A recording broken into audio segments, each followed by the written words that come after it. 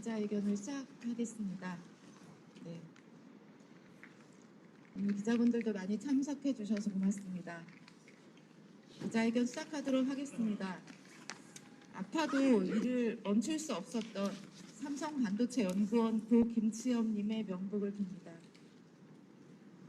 죽어야만 쉴 수 있는 삼성을 고발합니다. 김치엽 연구원의 죽음은 삼성의 성과주의가 가져온 비극입니다. 삼성전자 반도체 신임연구원 김치엽 자살 관련 진상규명 촉구 기자회견을 시작하도록 하겠습니다. 사회를 맡은 저는 반올림 상임활동가 이종란입니다. 먼저 오늘 기자회견에 많은 분들이 참석을 해주었는데요. 간단하게 빠르게 참석자 소개하고 이어가겠습니다. 김용균 재단 활동가님들 오셨습니다. 전국 삼성전자 노동조합 노한 부장님 두 분 오셨습니다. 그리고 삼성 반도체 내에서 물류 하청을 하고 있는 서비스 일반 노조 명일지에 두 분 오셨습니다. 스튜디오 아래서 오셨습니다. 사회주의를 향한 전진에서 오셨습니다. 교육 노동자 현장 실천 남정화 동지 오셨습니다. 당장 연대 시민분들 레어 동지, 그로 동지 오셨습니다. 그리고 반올림 지원 노무사 모임 그리고 이 사건의 산재를 담당하고 준비하고 계시는 이성민 노무사님 오셨습니다.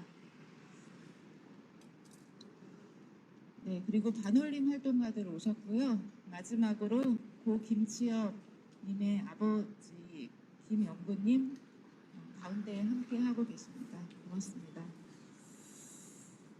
앞서도 말씀드렸다시피 저희는 18년 전 바로 이 자리에 섰는데 18년 동안 반도체 노동자들의 죽음의 소식을 끊임없이 들어왔고 지금까지도 이렇게 이 자리에 서서 한 노동자의 죽음에 대한 진상을 규명하라고 외치는 마음이 참 너무나 착잡합니다. 김치엽님의 명복을 빌면서 저희 구호 하나 외치고 첫 번째 발언 이어 듣겠습니다. 삼성은 김치엽을 살려내라!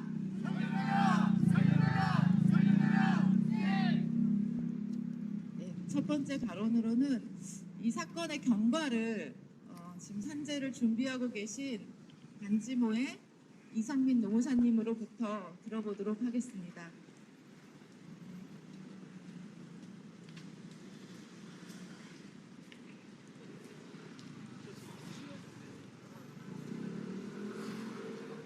네, 안녕하세요. 이성민입니다.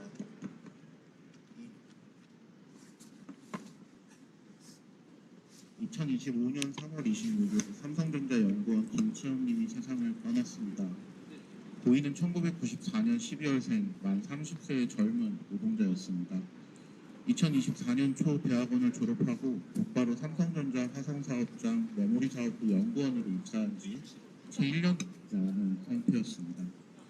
짧은 근무기간 동안 남겨진 기록에는 그가 일터에서 겪은 극심한 압박과 고통이 선명히 남아있습니다. 잘해보려 하는데 하나씩 일그러지고 있다. 입사 1년도 안 돼 정신건강 휴직을 할 것 같다. 파트장 기대에 미치지 못한다. 죽고 싶다는 생각을 해본 적이 있다는 기록과 응답이 곳곳에 남아있습니다. 이는 그가 단순히 적인 어려움을 겪고 있었던 것이 아니라 업무 환경 속에 한계에 몰려 있었음을 보여줍니다.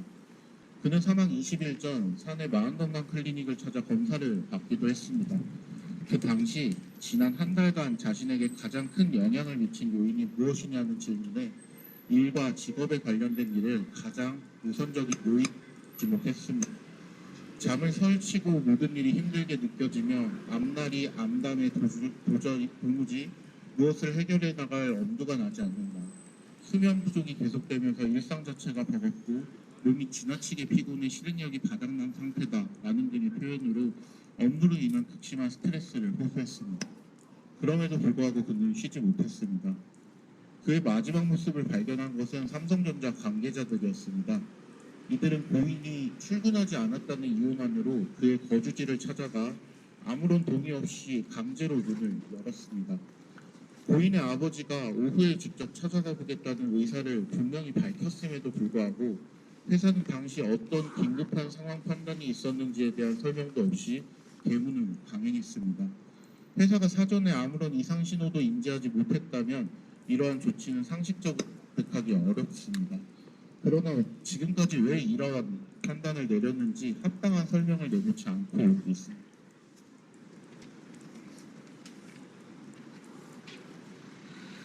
유족들은 묻고 있습니다. 회사에서 무슨 일이 있었는가? 강제로 배문할 정도로 느꼈던 긴급한 상황이 무엇인가? 그러나 돌아오는 것은 침묵이었습니다. 오히려 수사 과정에서는 고인의 경제 문제나 이성 문제가 언급되며 그의 죽음이 개인적 문제인 것처럼 취급됐습니다. 정작 회사에서 겪었던 업무상 압박과 고통은 철저히 가려지고 있습니다. 고인의 기록에는 사과문 제출, 파트장 기대에 미치지 못한다, 정신건강 휴직을 쓰게 생겼다라는 기록이 반복됩니다. 중요한 발표를 앞두고 사람은 쉽게 안 바뀐다며 스스로를 질책하는 메시지, 마지막에는 흔적도 없이 사라지고 싶다는 말을 남기기도 했습니다. 이는 개인의 문제가 아닌 조직 안에서 작동한 압박 구조의 결과입니다. 고인의 입사와 사망 시기에 겹쳐 떠오르는 장면이 있습니다. HBM 경쟁에서 뒤처진 삼성이라는 보도와 연구원들의 이탈에 대한 위기감 속에서 최고 경영진이 직접 나서 강도 높은 성과 메시지를 반복한 시점입니다. 고인의 기록 곳곳에 남아있는 만족시켜야 된다는 압박은 그의 죽음이 이러한 조직 환경과 무관하지 않다는 것을 추정하게 합니다. 2025년 고인이 직접 적어둔 새해 소망은 행복해지기였습니다. 행복해지고 싶다는 소망조차 이루지 못한 이 죽음을 개인의 문제로 치부해서는 안 됩니다. 그의 죽음은 과도한 경쟁과 책임이 구조화된 조직 속에서 발생한 산업재해입니다. 입사한 지 1년도 되지 않은 노동자가 극단적인 선택을 하기까지 무엇이 작동했는지 이제 그 진실이 밝혀져야 됩니다. 이 죽음이 개인의 문제가 아닌 만큼 그 책임 역시 개인에게만 남겨져서는 안 됩니다. 이 죽음의 원인과 책임이 명확히 밝혀져야 됩니다. 네, 구호하나 외치겠습니다. 사람 죽이는 인사관리, 삼성은 사죄하라!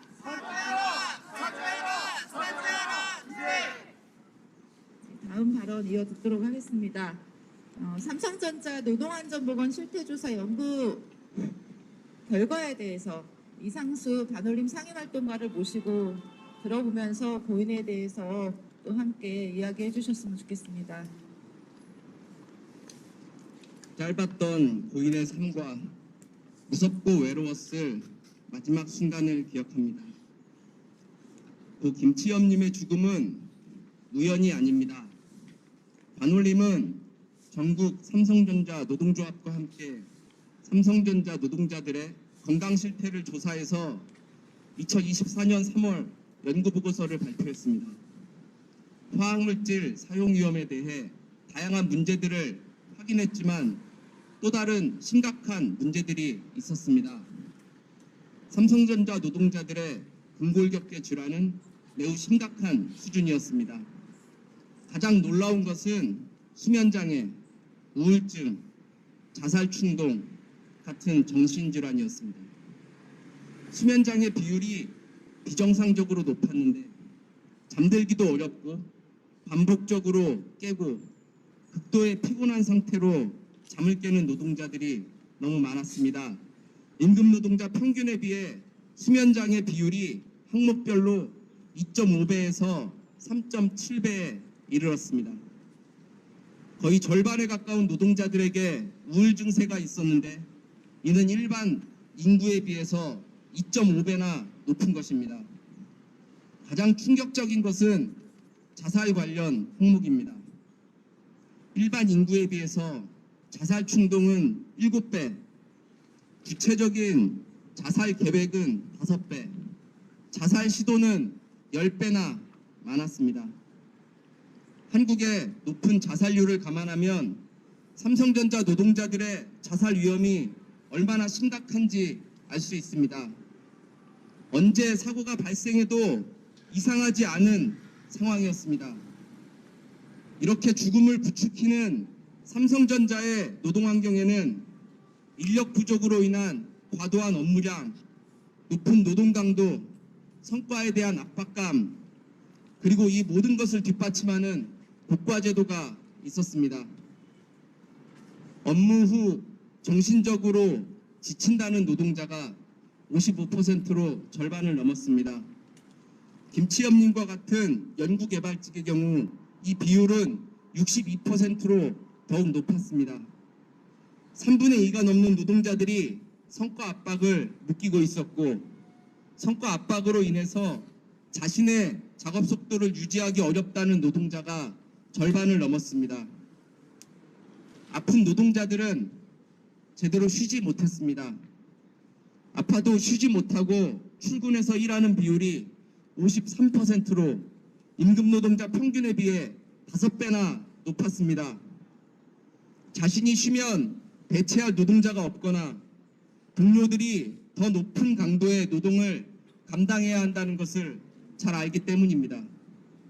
이런 상황에서 삼성전자는 정신질환 상담, 클리닉 같은 것을 대책이라고 시행하고 있습니다. 김치엽님의 죽음은 삼성의 이런 대책이 얼마나 무력한지 알려줍니다.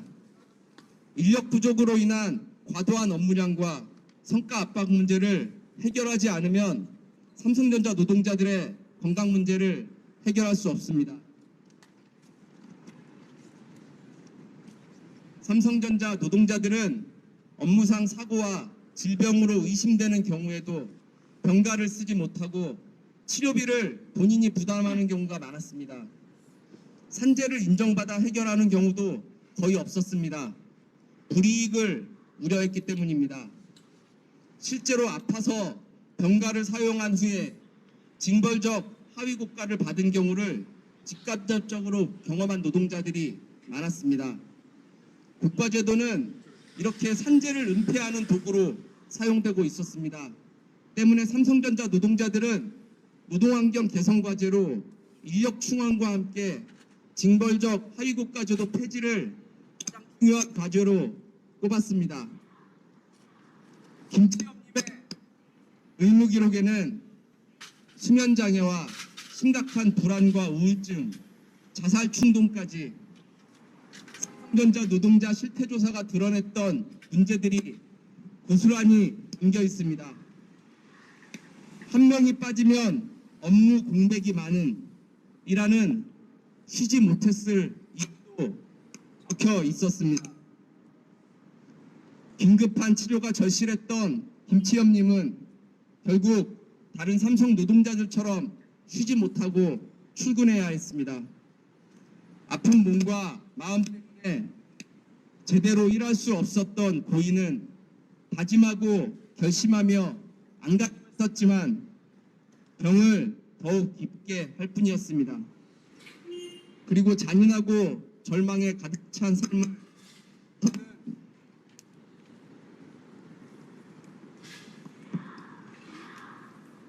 더는 버틸 수 없었습니다. 우울증과 자살 충동에 시달리는 노동자들이 넘쳐나는 곳, 자신이 쉬면 동료들이 짊어질 고통을 걱정해야 하는 곳, 아파도 쉴 수 없는 곳, 그곳에서 죽음은 결코 우연이 아닙니다. 고인의 죽음에 고인은 책임이 없습니다. 삼성이 책임져야 합니다. 언제라도 누구든 죽을 수 있는 노동 환경을 바꿔야 합니다. 다시는 억울한 죽음이 없도록 해야 합니다. 그것이 고인의 죽음에 대한 최소한의 도리입니다. 구호 함께 외치겠습니다. 삼성은 고인의 죽음 앞에 사죄하라!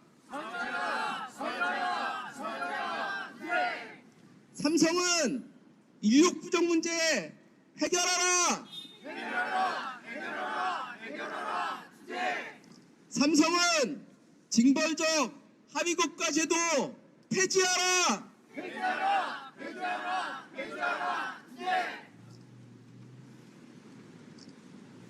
네, 감사합니다. 다음 발언으로는 녹색당 공동대표 이상현 동지를 모시고 삼성 규탄 발언을 들어보도록 하겠습니다. 네, 소개받은 녹색당 공동대표 이상현입니다. 고 김치엽님의 명복을 빌며 유가족께 깊은 위로의 말씀을 전합니다. 삼성 반도체 연구원이었던 고인은 삼성전자의 실적을 내기 위해 쉴 틈도 없이 일했습니다. 2024년 4월 푸르른 꿈을 안고 삼성전자에 입사한 29살 청년은 불과 1년도 되지 않아서 목숨을 끊은 채 발견됐습니다. 극심한 업무 스트레스와 과로가 원인입니다. 김치엽님이 입사 후 남긴 기록들을 보면 앞일이 암담하다, 흔적도 없이 사라지고 싶다는 절규입니다. 과도한 업무 스트레스와 우울증, 수면 장애가 그를 괴롭혀 왔습니다. 그는 살고 싶어서 쉬고 싶다고 말했습니다. 사내 클리닉까지 찾아가서 고통을 호소했습니다. 하지만 회사는 그를 쉬게 두지 않았습니다. 중요한 프로젝트가 있다면서 계속해서 일을 시켰습니다. 죽기 일주일 전까지도 하루에 11시간을 일했습니다. 삼성이 초격차 그리고 글로벌 1위라는 목표 달성을 위해서 내달리면서 이렇게 청년 노동자들의 생명과 건강을 갈아넣은 것입니다. 죽음 이후에도 삼성은 반성은커녕 이를 개인의 질환이라면서 책임을 회피하고 있습니다.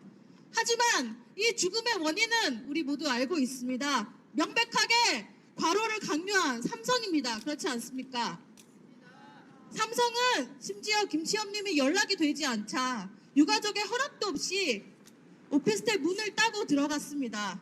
그만큼 삼성은 김치엽님의 상태가 위험하다는 것을 이미 알고 있었던 것 아닙니까? 실태조사에 따르면 삼성전자 노동자의 절반 가까이가 우울증을 앓고 있다고 합니다. 그리고 자살을 생각하는 비율이 일반인의 10배에 이른다고 합니다.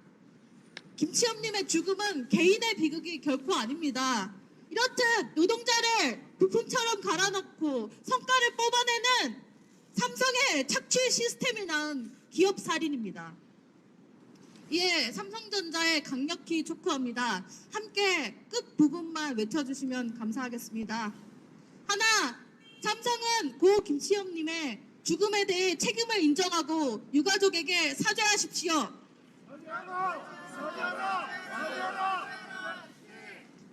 삼성은 노동자들이 왜 아파도 쉴 수 없는지 관련 자료를 모두 공개하고 철저히 진상을 규명하라.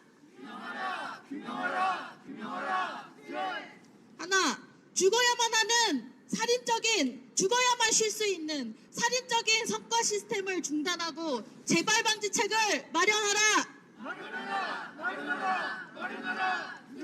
네, 이제는 멈춰야 합니다. 미래 먹거리 산업이라면서 삼성과 같은 재벌 대기업, AI 반도체 산업을 노동자 죽음을 먹고 자라도록 그대로 둘 수 없습니다.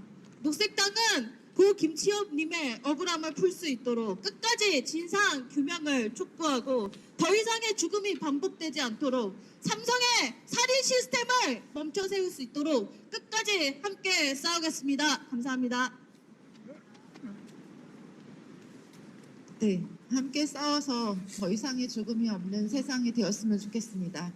네, 다음 발언으로는 김용균 재단의 운영위원장 권미정 동지를 모시고 삼성 규탄 발언을 듣도록 하겠습니다. 네, 김치엽님을 추모합니다. 지난 2010년 1월 26일, 오늘로 보면 정확히 16년 전입니다. 삼성전자 부사장이 투신 자살을 했습니다.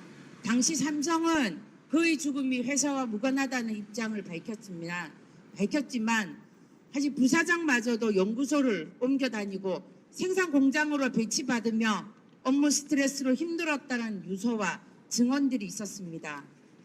그리고 우울증으로 병가 휴직 2개월을 냈던 김주현 씨는 출근이 결정된 날 삼성 천안공장 13층에서 투신 자살을 했습니다.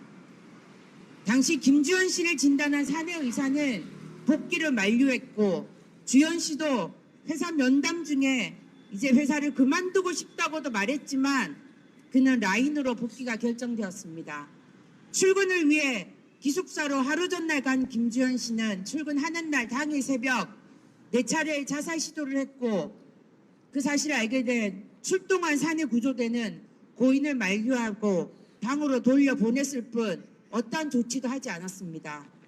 주현 씨는 혼자 방치되었고 30분이 지나 그는 결국 목숨을 던졌습니다. 2011년 1월 11일이었습니다.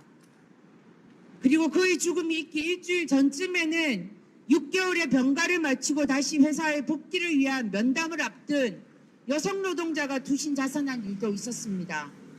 그리고 이어 2013년에는 삼성전자 서비스센터 직원이 삼성전자 서비스센터를 다니는 기간 동안 너무나 힘들었다며 자살했습니다. 그 이후로도 모두가 아는 것처럼 삼성에서의 죽음은 이어졌습니다. 사고와 질병으로 죽고 자살해서 죽는 노동자들에게 그때마다 삼성은 그것은 개인의 문제라고 말했습니다. 그렇게 삼성이 노동자들의 죽음을 막을 대책을 세우지 않는 사이 또다시 김치엽님의 죽음이 발생했습니다.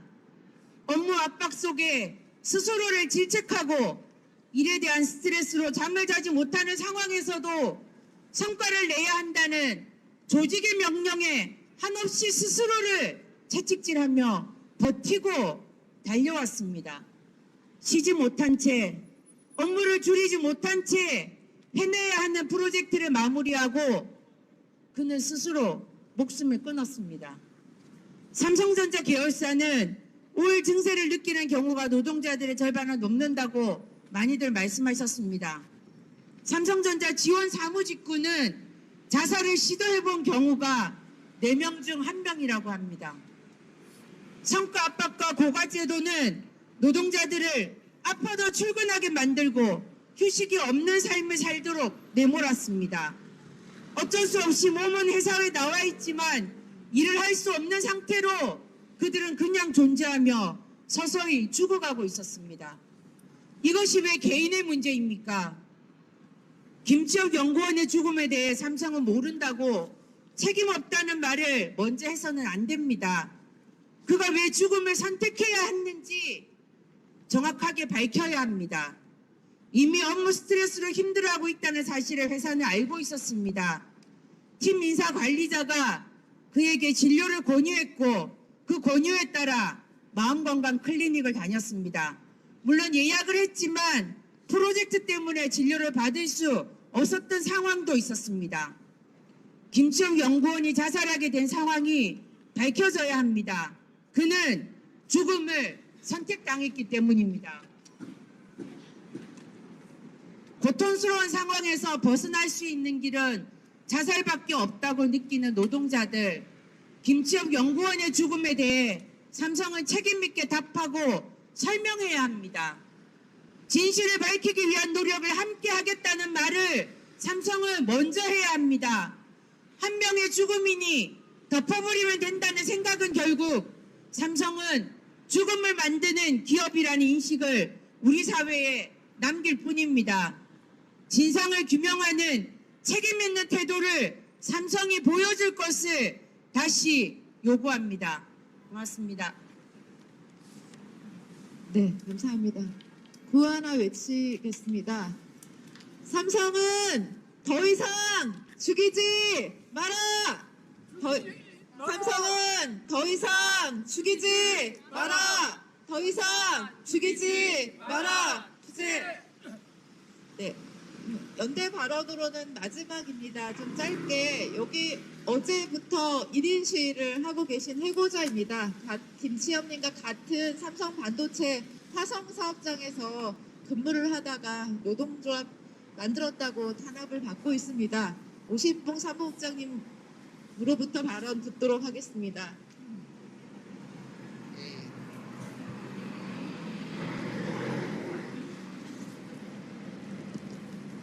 예, 저는 고 김치엽 신임 연구원이 근무하던 삼성전자 화성사업장에서 하청노동을 하다가 부당해고를 당한 미주노총 서이피스 일반 노조 명일기의 사무국장 오신봉입니다. 제가 김치현 연구원님의 얘기를 들었을 때 제일 먼저 떠오르는 것은 노조 탄압으로 자살했던 사람 2명입니다. 그리고 삼성전자의 노동자에 대한 탄압과 착취, 수탈이 생각났습니다.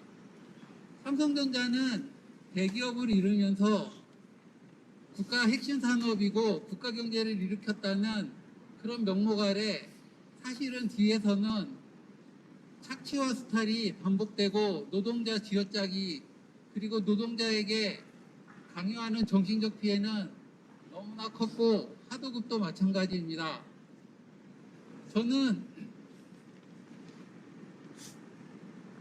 하청 노동자로 근무하다가 2024년에 낙하산 인사라는 일이 있으므로 하청업체가 그 낙하산 인사로 인한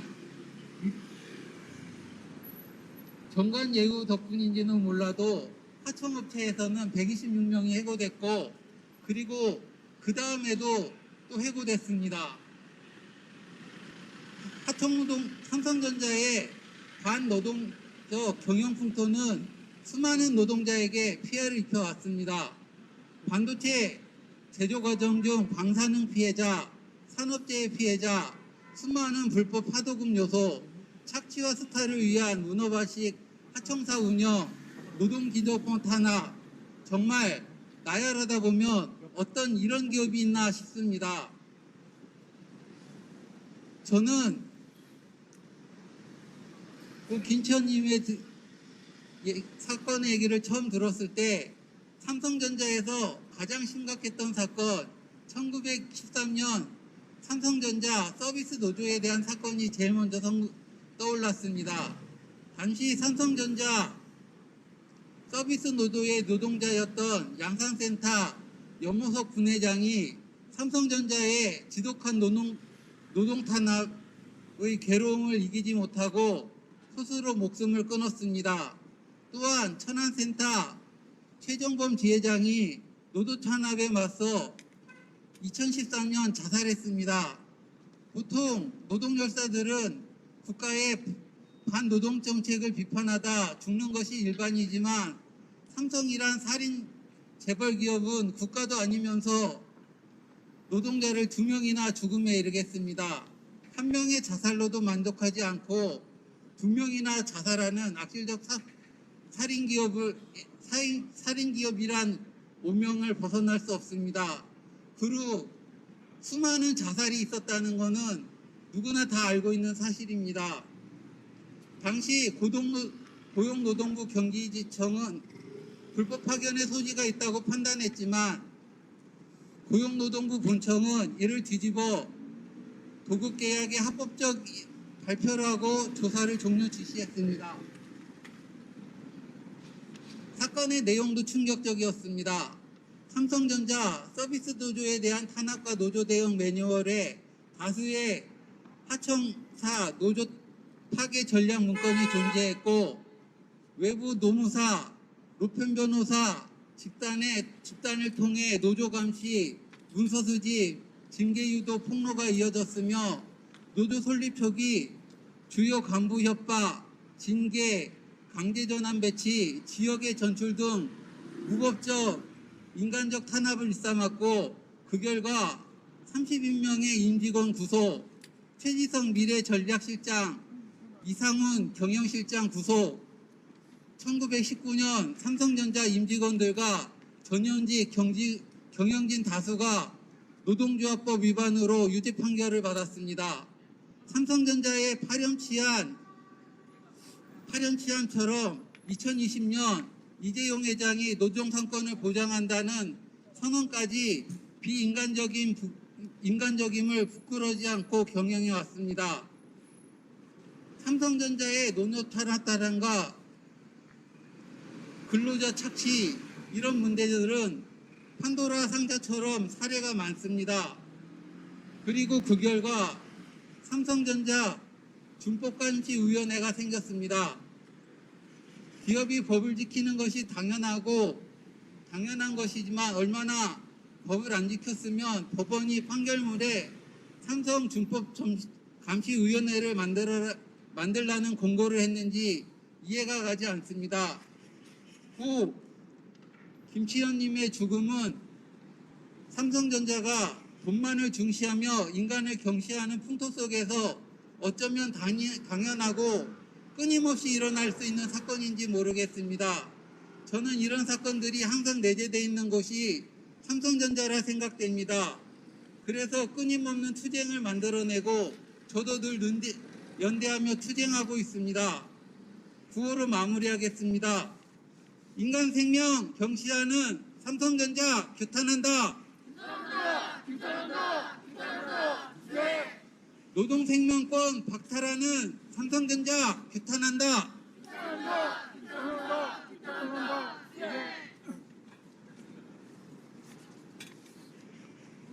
네, 우리 노동조합들이 우리 모든 노동자들의 희망이 되는 그날이 어서 왔으면 좋겠습니다. 네, 오래 기다리셨는데요. 치엄님 아버님이 이 자리에 와 계십니다. 아버님 발언을 들어보도록 하겠습니다.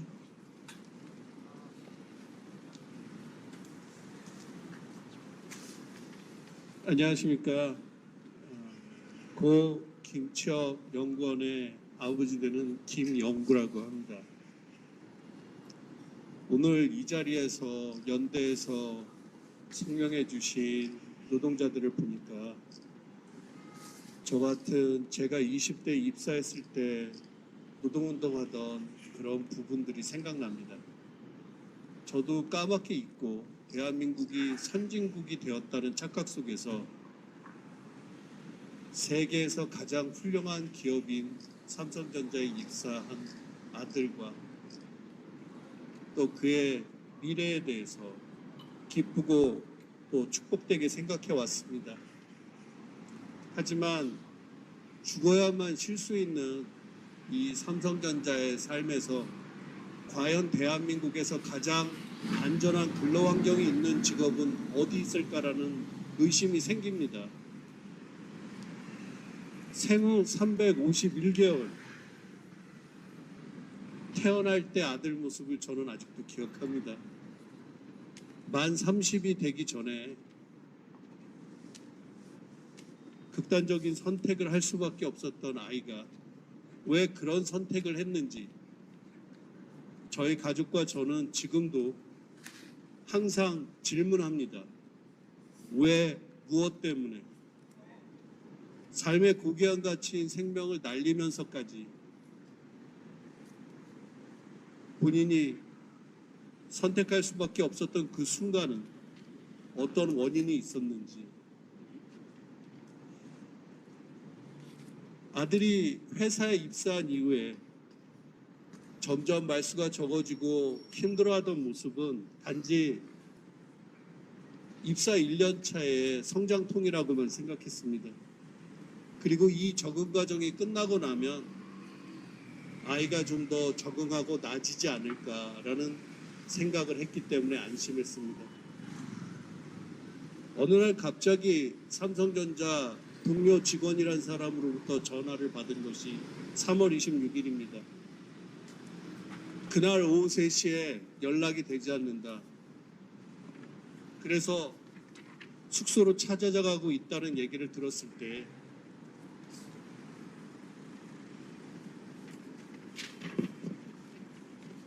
그때까지만 해도 저희 가족과 저는 아이의 죽음을 상상하지조차 못했습니다. 그리고 그 직원이 연락했을 때 당연히 저는 제3자가 남의 집을 침범하지 못한다는 상식적인 대한민국의 법리가 적용하는 나라에서 현관문에서 초인종 정도 눌러보고 대답이 없으면 저에게 다시 전화하겠지 생각하고 내가 퇴근하고 찾아보겠다고 얘기를 나눴습니다. 하지만 이후에 1시간 뒤에 저희 가족에게 연락을 해온 사람은 화성경찰서의 형사였습니다. 그리고 정신없이 그날 이후 저희 가족의 삶은 박제되어 버렸습니다. 그날 삼성전자에서 끝까지 경찰서에서 저를 기다렸던 사람은 당일날 아이를 발견했던 삼성전자 화성 공장에서의 신입 이알이라는 직원입니다. 그리고 장례 지도사가 왔습니다. 저는 다 거부하고 저희 가족장을 치르고 그 뒤에 계속된 가족과의 퇴사 절차와 합의를 현재까지 미루고 있습니다. 제가 인정할 수 있는 수준의 답을 삼성전자가 해주지 않기 때문입니다. 힘들어하는 아이 사정을 이전부터 알고 있었던 삼성전자에서 왜 쉬게 하지 않았는지, 그러면서 모순되게도 성과 발표회까지 끌었던 이유는 무엇인지, 이런 질문에 대해서 답을 해주지 않습니다. 마지막 유품을 받으러 삼성전자에 갔던 날, 저는 아이가 근무하던 자리를 확인할 수 없었습니다. 아이가 그나마 1년 남짓 근무했던 자리는 보안시설입니다. 상자에 담긴 노트만이 저에게 돌아온 유품입니다. 저희 아들은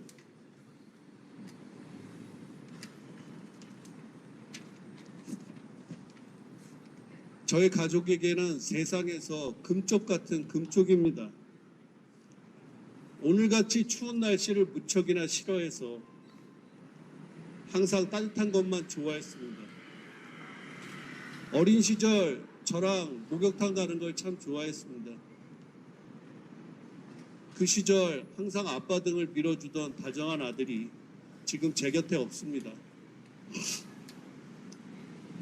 경찰 조사 과정은 단순히 끝났고, 저는 삼성전자에 대해서 다시 삼성전자와 직원들 대상으로 화성 돈탄 경찰서에 고소장 제출하여서 정식 고소로 수사 중입니다. 저희 아들의 죽음이 저희 가족들에게는 슬픔이지만, 저희 아이가 죽음 직전까지도 자기 동료 직원들을 걱정했듯이 남겨진 사람들에게 우리 아들이라면 어떤 행동을 했을까, 저는 곰곰이 생각해 봤습니다. 아마도 아버지가 그 죽음의 진실을 밝히고 삼성전자가, 아니 삼성그룹 자체가 대한민국이 아니라 세계에서 우수한 기업이 되기 위해서는 이런 의문의 죽음을 진실되게 밝히고 재발 방지를 위해서 노력해야 되는 것이 아이가 바라는 미래라고 저는 믿습니다.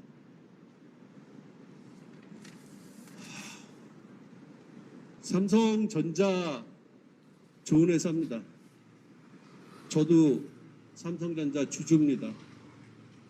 삼성전자 주식 사신 분들이 요즘 신이 납니다. 하지만 그거 바라볼 때마다 저희 가족은 마음이 아픕니다. 쓰립니다.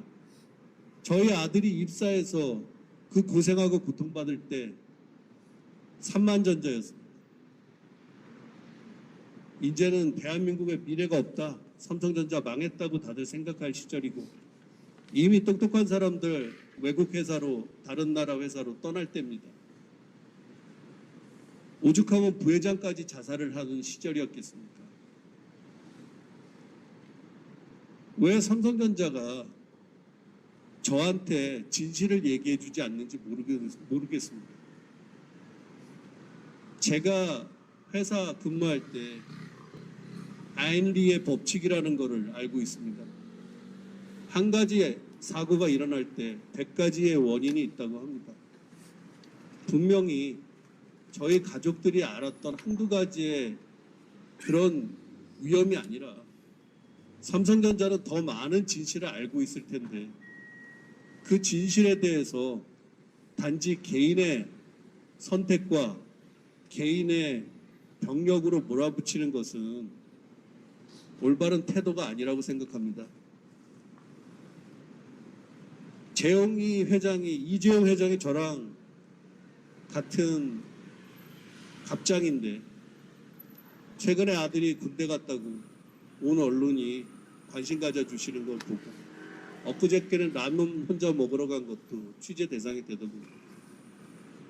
하지만 삼성전자나 삼성그룹에서 앞에서 말씀하셨던 것처럼 수많은 노동자들이 죽어가고 저희 아들처럼 청원의 꿈을 안고 있는 청년들이 들어가서 극단 선택을 할 수밖에 없는 그런 환경이라면 다시 한번 생각해 봐야 되는 거 아닌가.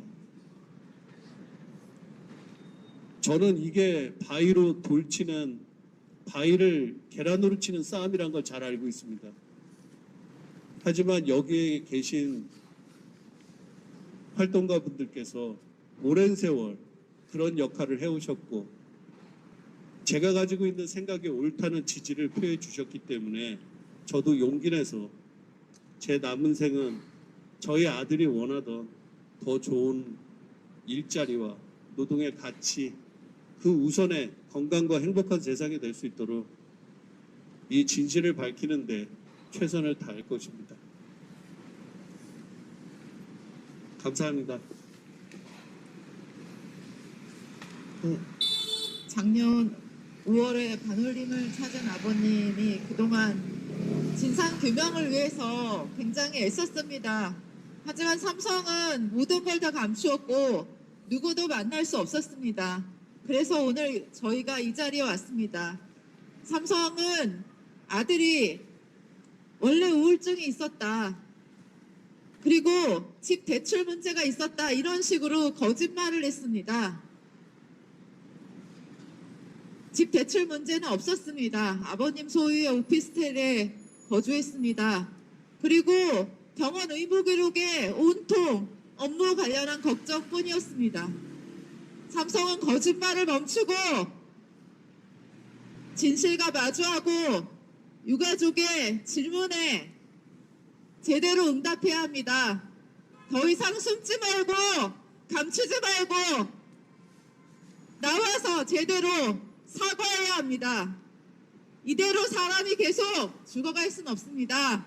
반도체보다 사람이 우선입니다. 구하라 외치고 마지막으로 기자회견문 낭독하고 그리고 기자회견 마치도록 하겠습니다. 성과보다 사람이 먼저이다. 삼성은 김치업을 살려내라! 살려내라! 살려내라! 살려내라! 주제!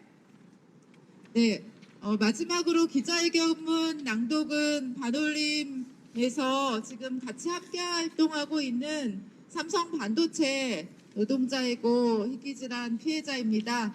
네, 기자회견문 낭독하겠습니다. 정향숙 님이 낭독해 주시겠습니다.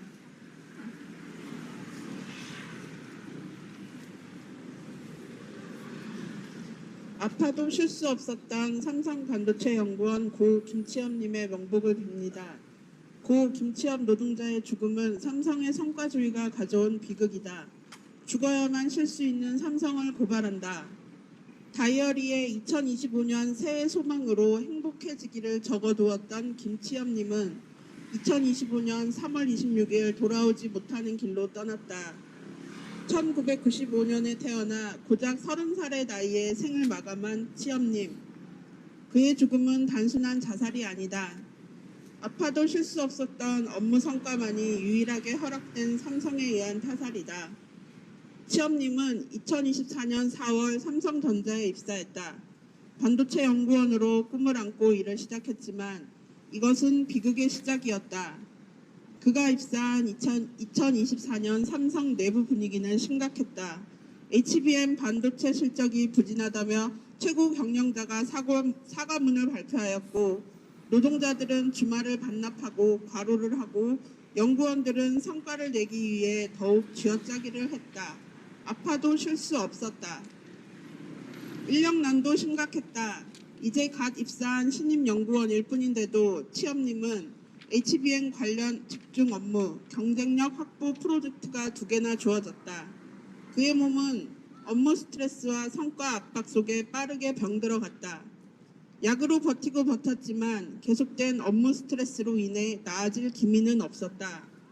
우울증과 수면장애가 악화되어 더 이상 일을 할 수 없는 상태에 이른 2025년 2월, 그는 회사에 병가휴직을 신청했다. 하지만 회사는 3주 이상의 치료를 요한다는 명확한 소견이 필요하다며 받아주지 않았다. 그가 용기 내 병가휴직을 신청했을 때에 받아주었다면 그는 살 수 있었을 것이다. 성과주의와 비인간적인 인사관리가 그를 죽음으로 몰아넣었다. 정말 마지막이라도 그를 살릴 수 있었다. 병든 몸으로 프로젝트 발표를 마치고 났을 때 그가 매우 위태로운 상태였다는 것을 회사는 모르지 않았다. 하지만 아무런 조치가 없었다. 이후 출근을 못한 지 5일째인 3월 26일에서야 인사팀은 다급해져 집으로 찾아갔다. 119를 부른 것도 아니고 가족에게 이야기한 것도 아니다. 그 누구의 허락도 없이 강제로 현관문을 따고 들어갔을 때 그는 이미 세상을 떠난 뒤였다. 소중한 목숨을 살릴 수 있었던 기회를 왜 모두 놓친 것인가? 왜 진작에 쉬게 하지 못했나? 왜 아픈 몸으로 무리하게 일을 시킨 것인가? 왜 가족에게 단 한 번이라도 알리지 않았나? 아들의 죽음 이후로 시간이 멈춘 아버지는 회사에 진실을 묻고 있다. 아파도 쉴 수 없었던 아들, 죽어야만 쉴 수 있었던 고인을 대신해 삼성을 고발한다. 2025년 삼성전자의 연 매출은 333조로 역대 최대라고 한다. 이는 노동자들을 초과 착취한 결과다. 막대한 삼성의 이윤 뒤에는 노동자들의 피눈물과 죽음까지 서려 있다는 진실을 기억해야 한다. 2023년 실시한 노동안전보건 실태조사에서 삼성전자 노동자의 우울증, 수면장애 등 정신건강은 이미 심각한 상황이었다. 일반 인구에 비해 자살 충동은 7배, 자살 시도는 10배나 많았다. 노동자들은 그에 대한 원인으로 인력 부족으로 인한 과도한 업무량, 성과 압박을 지적했다. 이러한 결과 발표에도 삼성은 무엇을 했는가? 삼성은 고인의 죽음 앞에 사죄하라. 삼성은 노동자들이 더 이상 죽고 병들지 않도록 근본적 대책을 내놓아라. 인력을 충원하고 아프면 쉴 권리 보장하라. 더 이상 죽이지 마라. 2026년 1월 27일 반도체 노동자의 건강과 인권 지킴이 반올림 기자회견 참가자 일동.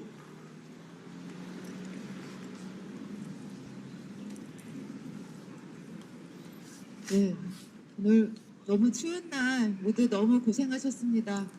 우리 사실 삼성은 스스로 자성하지 못합니다. 우리가 각성하고 깨어날 때, 뭉칠 때, 싸울 때, 투쟁할 때 바뀔 수 있다고 생각을 합니다. 더 힘차게 이유를 기억하면서 우리 힘냈으면 좋겠습니다. 고 김치엽님의 억울한 죽음을 기억하고 더 많이 알리고 더 이상 이런 죽음이 없도록 싸우겠습니다. 오늘 모두 고생하셨습니다. 투쟁!